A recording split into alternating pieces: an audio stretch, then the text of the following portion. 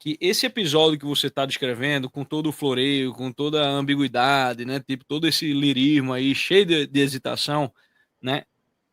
Ele me parece um relato de coação e de abuso, tá?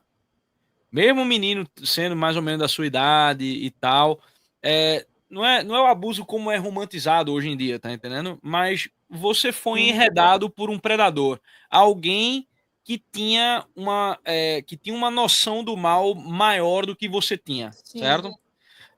Então, assim, e aí a Eu fiquei bem sua. espantada que a coisa começa aos 4 anos, né? Sim, sim, sim. Então é uma idade assim muito novo e aquilo pode realmente ter impactado muito. Sim, sim, sim.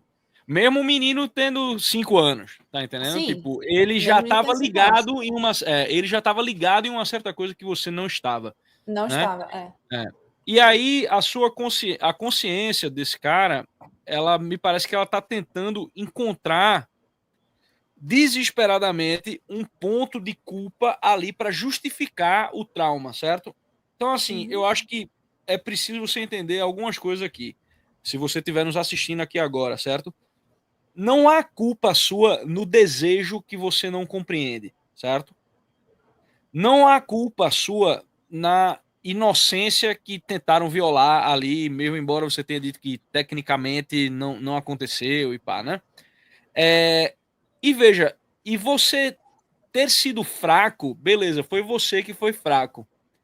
Mas você ter sido fraco onde jamais você foi ensinado a ser forte, também tem um atenuante, tá entendendo? Circunstância Tipo, atenuante. É, exatamente.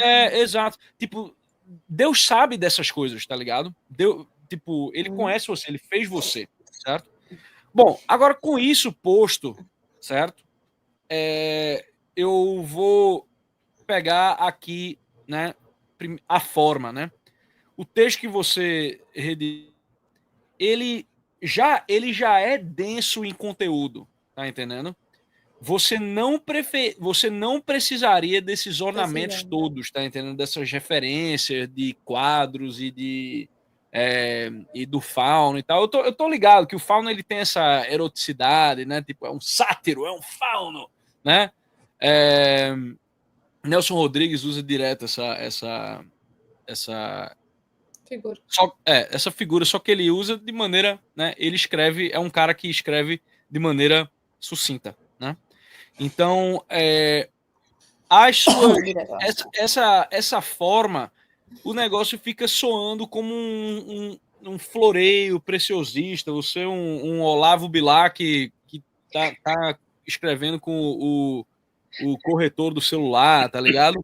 Então, assim, mas eu vejo que nessa forma toda rebuscada, você tá meio que cobrindo uma nudez sua, né? Então você tem, tipo, o texto ele tem uma delicadeza, né?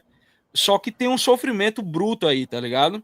Você mistura. O fato de você ter misturado Debussy com Simone e Simaria, Ele né? minimizou a própria narrativa É, por causa do texto tão rebuscado. Se ele é. tivesse sido mais direto, ia dar o peso que. Achei tua percepção bem sensível, Rasta. Realmente tem todo o tipão de um abuso. Eu sou perita, né, da Polícia Civil, sou médica Uhum, legista.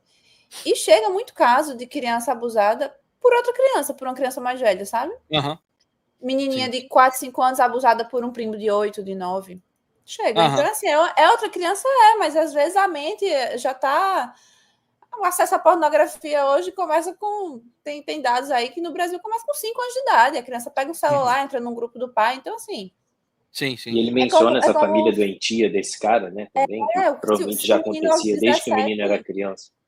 era abandonado por semanas em casa. Então, É. foi Bom, muito boa a percepção. daí tem um outro lance, que é essa vivência pentecostal dele, né? E é aqui que eu queria entrar um pouco, porque a estrutura dele é a tragédia em 4 atos, né? Então, assim, ele relata como um drama, né? E, de fato, é uma peça trágica até então, né? Até o momento que você tá, que você tá. Mas o que rola? Tem uma inocência aí que é violada, né? tem um desejo que você nunca aprendeu a nomear, né? E o ambiente pentecostal esse que se diz redentor, mas ele nem forma, nem protege e nem acolhe, né? Então, em vez disso, ele meio que reprime e abandona. E aí você passa a viver entre dois absolutos, né? O cara passa a viver, de um lado, tem esse Deus do culto, do púlpito, né? Da tremedeira e não sei o que lá, mas que nunca responde quando você mais precisa, né? Ou seja, você tem todo esse sentimentalismo, tinha toda aquela vivência, charanamassava, babanamachula, mas na hora, no frigir dos ovos, é tipo, meu Deus, por que me abandonaste? Né? E do outro lado, você tem aí a sensualidade do mundo que, né, o mundo tenta responder tudo de uma vez, né? Tipo, ele vai despejando as coisas em cima de você, vai, mas ele não tem amor por você. O mundo não tem amor por você, certo? E aí no centro você tem um menino confuso, um menino tímido, né? Ávido, tipo, dá pra ver que você é um cara que é sensível a formas, né? A maneira com que você descreve o rosto do rapaz, os olhos e tal. Tipo, então, assim, você é um cara meio arrebatado por beleza. O que, né, você foi tratado, né, como um objeto de desejo por um colega desequilibrado. O coleguinha, né, claramente, assim, não tava bem da cabeça também não, né? E, ao que parece, com um histórico familiar desestruturado e ausente, né? A sua família, não acredito que ela seja ausente, mas ela foi ausente no sentido de não ser capaz de enxergar, né, no horizonte de consciência deles o tipo de drama que você tá vivendo. Aí agora eu vou falar sobre o seu... acho que tem mais duas coisas que eu quero falar aqui. A terceira, né, é sobre o drama espiritual que você está vivendo, certo? Porque você está sentindo culpa onde não necessariamente há um pecado, certo? A maior armadilha do cramunhão, né, como sempre a igreja entendeu, não é tanto o prazer, mas é a culpa deformada que esse prazer termina disparando no cara, certo? Né, você foi ensinado, né, que o pecado é o desejo, né?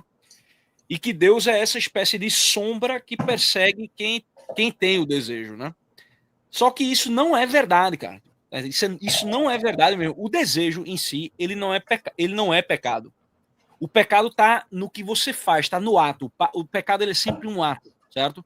Ele é o destruir a dignidade do outro por meio do desejo. Se esse desejo ele se torna tão desordenado e tão preponderante sobre você que você termina indo ali, né, destruir a sua própria dignidade e a dignidade do outro, aí ele, né, aí ele se torna de fato pecado. Mas o desejo que brota do coração humano, como a Aissa colocou, ele é uma força muito ambígua, né?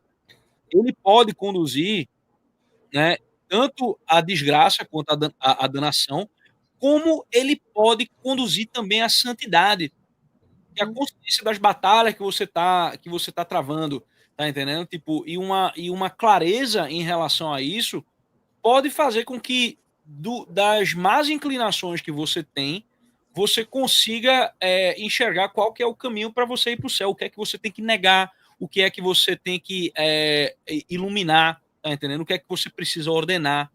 Né? Só que tudo isso precisa ser educado e precisa ser iluminado pela verdade, né? Então, assim, você não pecou porque desejou, você foi, né, violentado já por alguém que se aproveitou também da sua hesitação e da sua confusão, né? Você fala que não foi violado no sentido técnico, o que é um negócio legal, porque você não se coloca como vítima, né? Você não se coloca como vítima, embora você tivesse até algum direito de se colocar como tal, né? Só que o que houve ali foi uma invasão da sua integridade, né? Tipo, foi a sua vontade, beleza. Por mais que você tivesse ali a inclinação, né? Seu corpo foi tocado, né, cara? Seu corpo foi tocado como se ele não fosse seu, né? Então, aí a sua alma vai encarar aquilo como um negócio estranho, porque, de certa forma, não. Algo de sagrado, que é o seu corpo, foi profanado, né? E aí, a gente vem para o detalhe final, que é o prelúdio à tarde de um fauno, né? Que é uma música de desejo vagante, de sensualidade, né? Tal, aquela floresta onde o bem e o mal estão ali, né? Com sombra, com perfume, né? Você ouviu tudo isso, né? Com o corpo, com o sangue, com a sua alma, só que sem um entendimento que iluminasse esse desejo com amor, certo? Então a religião que deram para você, ela não foi uma fé robusta, né? Ela foi uma coleção de nãos sem norte, né? Não faça isso, não faça isso, não faça isso, não faça isso. Mas o que devo fazer então, né? E essa parada é muito complicada, principalmente quando você vai tomar simplesmente a Bíblia como referência, né? Porque ali na Bíblia está cheio de juízos universais, né? Tá cheio de casos gerais, né? Você pega os 10 mandamentos, eles são simples, né? Pô, 10 mandamentos. Agora, como é que eu faço, por exemplo, tipo, sei lá, eu tenho que honrar pai e mãe, né? Aí, como é que eu honro pai e mãe se o meu pai foi um filho da puta comigo? Obviamente, esse honrar pai e mãe desse pai, filho da puta, um pai que abusou você. Digamos que a pessoa que tenha feito isso com você tenha sido um parente, né, tenha sido seu próprio pai, tá entendendo? Ou sua mãe. Tipo, como é que você faz para honrar uma pessoa dessa? Então, vê que do universal para a situação particular, a coisa é sempre complicada. E aí, quando você toma ali, né, as lições de moral que estão na Bíblia e tal, para você aplicar ela para sua vida, elas são complicadas, elas precisam de um refinamento, elas precisam de vários intermediários para que você possa articular esse geral com o particular, né? Aí vem, por isso e se você cai só na mão de um pastor, de uma família moralista, fudeu, meu filho. Porque vai pegar só aquilo ali como uma regra e estampar na sua... Você sempre vai ter só estampar na sua cara. Pecador, pecador, pecador. E ninguém pega na sua mão e lhe ajuda, entendeu? De maneira, tipo, prática mesmo, sabe? Porque é só dizer assim, negue isto. Tá, mas como, meu filho? Ninguém... Uma das formas de você vencer o pecado, primeiro é declarando que você o comete. Por isso que a gente se confessa, porque a gente precisa saber, né, o que é que está fazendo de errado, declarar isso para si mesmo e saber também os motivos pelos quais levam a gente a fazer isso. Por isso que muitas vezes o padre, o diretor espiritual falam para você evitar as ocasiões de pecado. Então, se toda vez que você bebe, você faz merda, não beba, meu filho. Né? Se toda vez que você encontra fulaninho, acontece não sei o que, não vai encontrar. Então, preveja. Então, assim, tenha controle sobre os seus pecados, né? Para não cometê-los novamente. Peguei o bonde andando. Enquanto movimento religioso mais coletivo, assim, dentro da própria vivência católica, a gente tem sempre esse elemento de uma certa alienação para tentar nos tirar do pecado, né? Há sempre uma proposta de uma cura interior, uma proposta de uma coisa meio psicodélica, assim, e é óbvio que a gente experimenta várias dessas realidades, assim, sobrenaturais de cura em vários aspectos, né? Que aí sim é um grande mistério. Como ele mesmo coloca lá no texto, em alguns momentos a gente recebe uma graça como um grande mistério.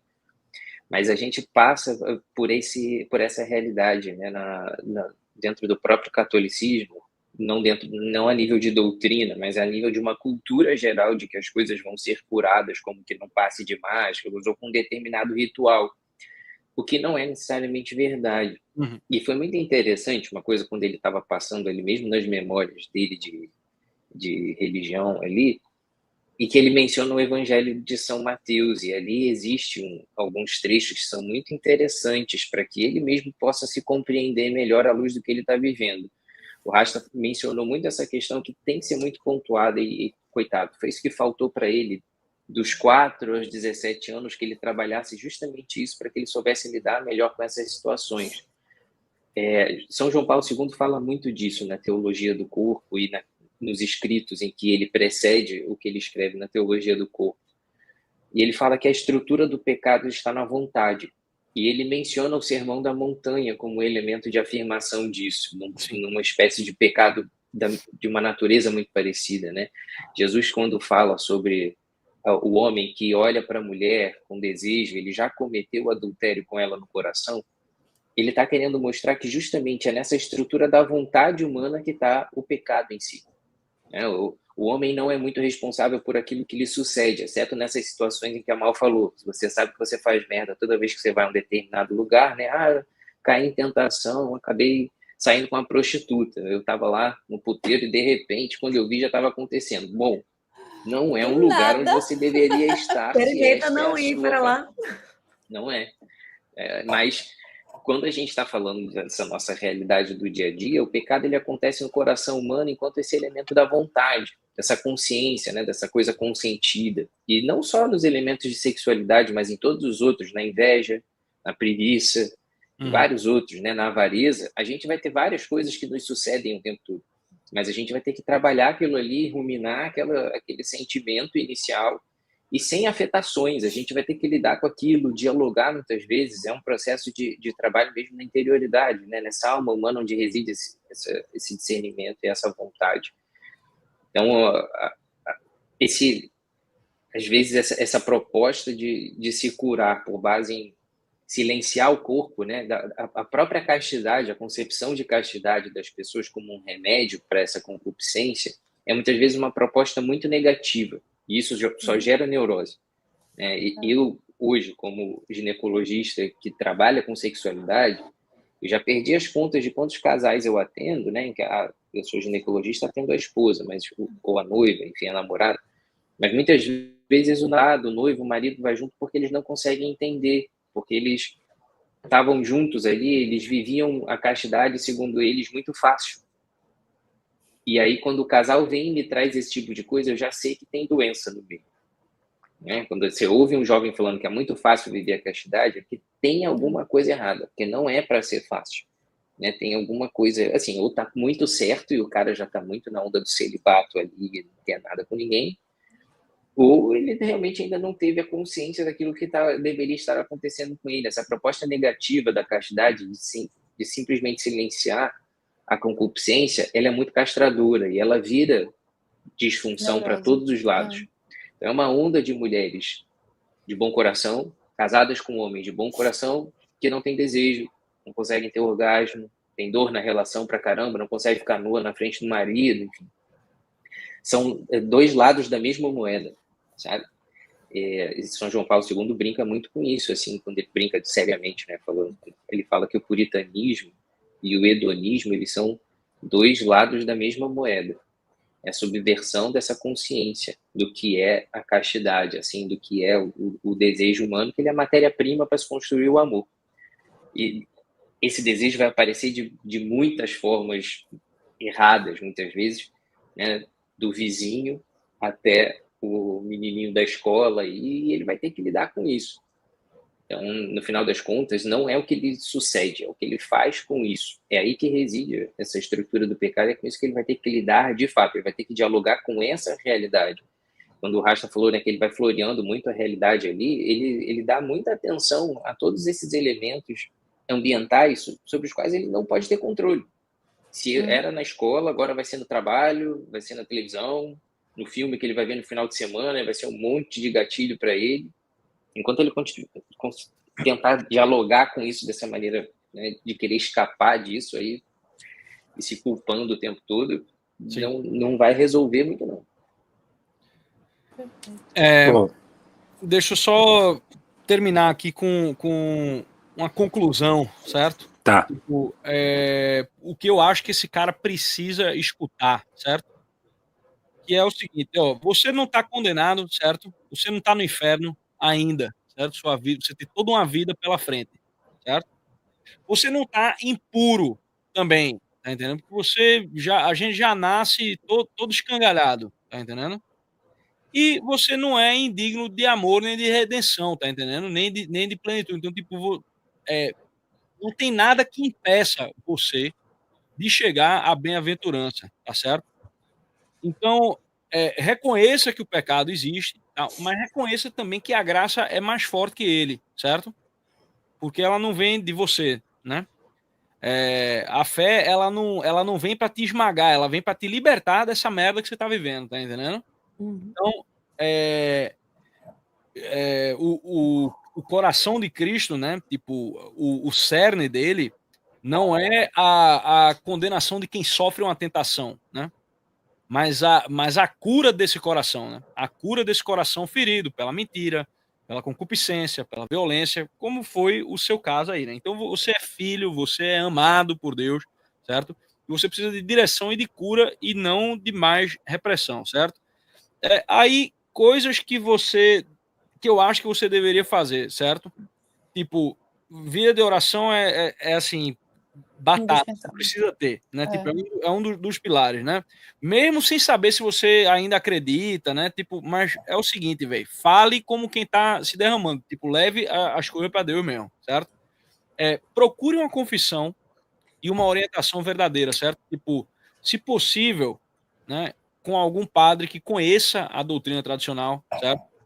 Né? E que também conheça o sofrimento humano, certo? Tipo, alguém, tipo, escolher um diretor dessa estirpe é difícil, mas essas pessoas existem, certo? Então não desista de buscar algo assim.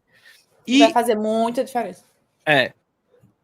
Veja, aí o principal aqui que eu gostaria que você refizesse no futuro é não aceite a narrativa que você criou aqui, certo? Porque nem o mundo gay, porque assim, o mundo gay, se escutar essa tua narrativa aqui, vai dizer, não, vem pra cá, você não precisa sentir vergonha, chupar os caras mesmo, vão se divertir, tá ligado? Tipo, é isso aí. E os pentecostais vão te dizer, tipo, tá no inferno, se fudeu, tá entendendo? Tipo, tá repreendido em nome do Senhor Jesus, nosso Senhor Jesus Cristo, não é isso? Nenhuma dessas duas forças tem a palavra sobre você, certo? Então você é mais do que o seu trauma, bem mais do que o seu trauma. E eu gostaria que você, no futuro, reescrevesse a sua história, certo? Porque a maneira com que a gente conta a nossa história importa mais, às vezes importa mais do que o que de fato nos aconteceu, né? Se você fosse pegar e vou dar um exemplo aqui. Tem pessoas que têm memória eidética, né? Pessoas que têm memória eidética, que lembram tudo o que aconteceu exatamente como aconteceu, né? Tipo, são poucos os casos de pessoas que têm memória eidética, mas normalmente essas pessoas são extremamente deprimidas. Por quê? Porque você tá cheio de dados da sua experiência, tá entendendo? Sabe quando você tá lendo um livro e você acha o livro interessante, mas você sai grifando tudo? Depois, tipo, você tipo, vai olhar o que você grifou. Tipo, por que eu grifei essa merda aqui, né? Porque na hora você, tipo, leu aquele negócio ali, teve bateu um sentimento, tá ligado? Tipo, preciso guardar isso aqui, tá entendendo? Então, isso mostra que você tem um nível de detalhes aí, né, do que aconteceu com você aos 4 anos e tal, pá, que afetaram você com tal sentimento.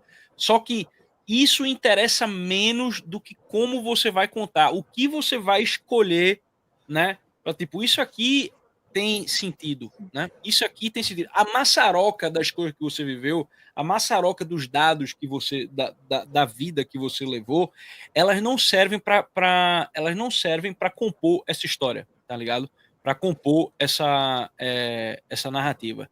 Então, eu quero que você olhe para a sua história no futuro, tá entendendo? Quando você tratar isso aí, quando você, né, tiver já aí com algum tempo de prática, que você reescreva a sua história e dessa vez focando na graça e não no trauma, certo? Focando nessa. Você vai ver lá, né, sei lá, pô, relatos de pessoas que foram pecadores. Você pega as confissões de Santo Agostinho. Tipo, ele teve um monte de pecado, mas ele passa pelos pecados assim, ó, tipo, isso aí aconteceu, né? Ele passa mais tempo num erro teológico que ele teve no passado do que, tipo, na rapariga que ele comeu, sei lá, ali no norte da África, né?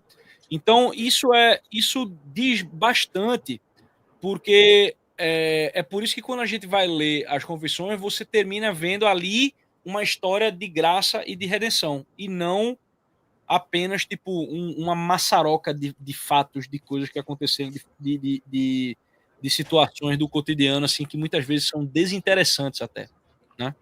Então é isso que eu tenho para dizer para você. E uma última parada que a gente tem que falar é isso aqui, né?